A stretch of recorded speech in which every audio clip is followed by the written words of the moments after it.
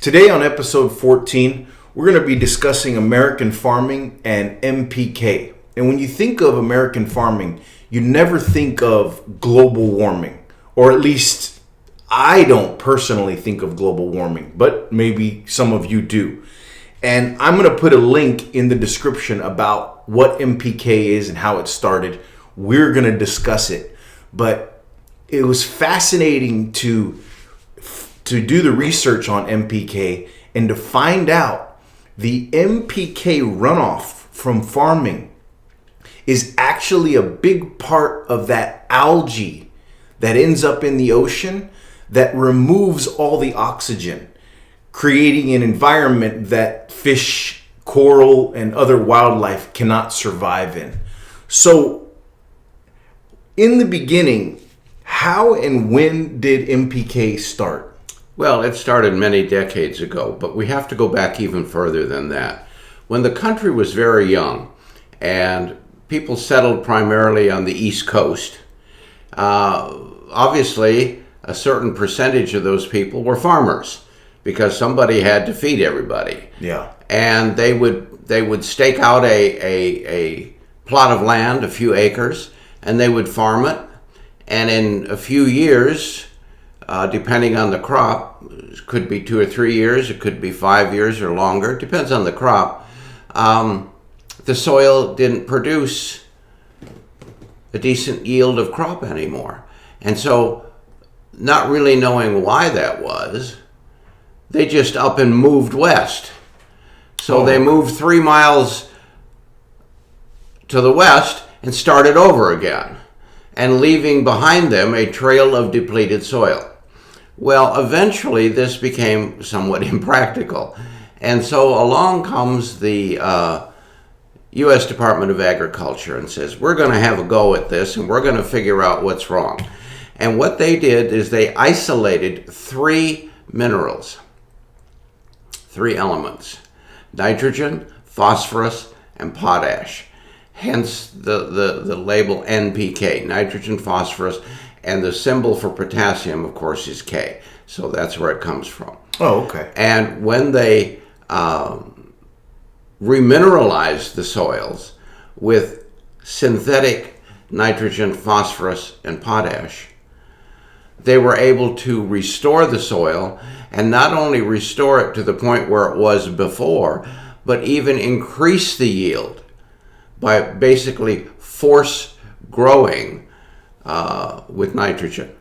And today, whether you're farming or whether you're gardening or whether you're treating your lawn at home, every fertilizer bag has 3 numbers on it. It might be 16, 20, 10. They have many different combinations for different things. Those numbers stand for NPK, nitrogen, phosphorus, and potash. And unfortunately, the elements are synthetically made, and that creates a domino effect ultimately in the environment. Not when you use it on an acre or 2, but when you use it on tens of millions of acres for 100 years. Yeah.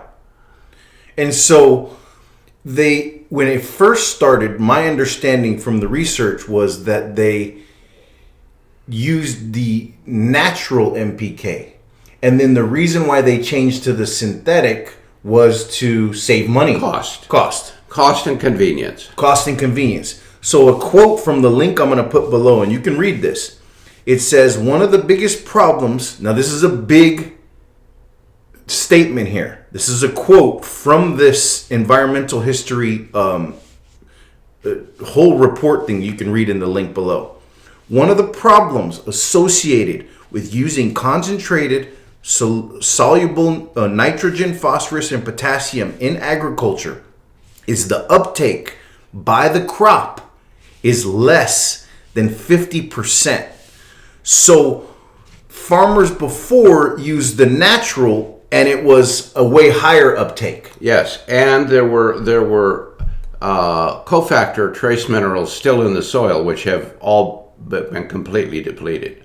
So then it was okay, but then they started using this synthetic as far as cost, and then the uptake they found was 50% Right. less. So where does the rest of it go? Yeah, so then besides the less than 50% uptake, our food doesn't have any nutrients.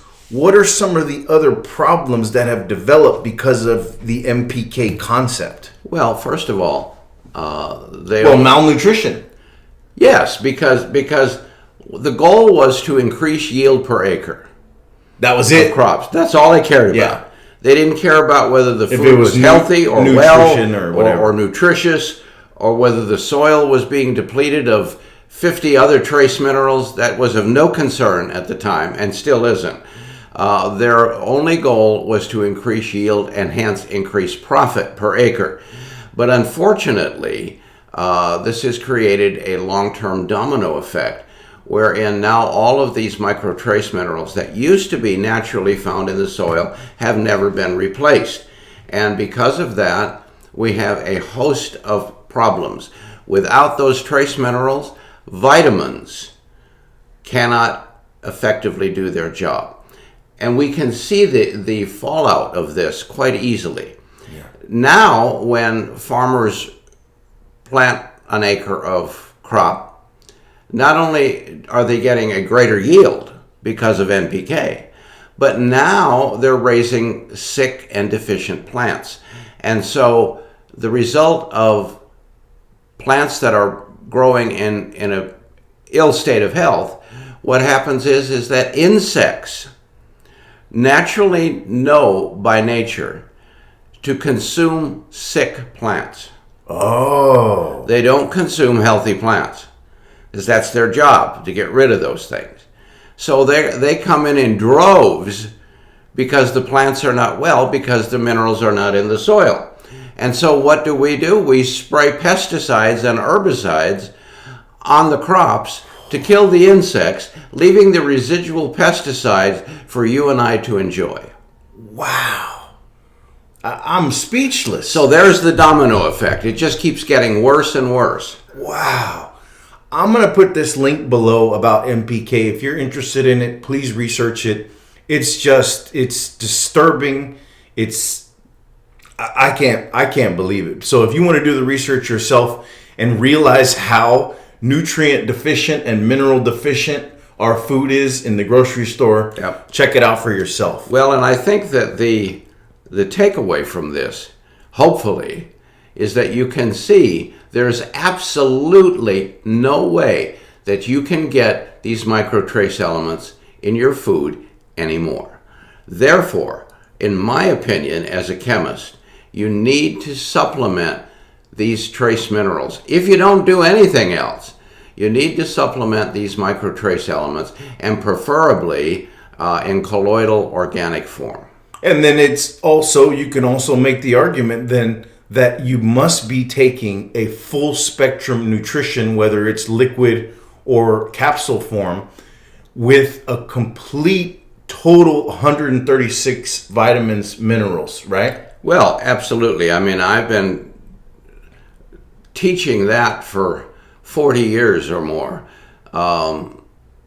Baseline nutrition can make such a difference. Maybe not when you're 20 or 30, but if you do it when you're 20 or 30, you're going to have a much happier life when you're 60. Yeah.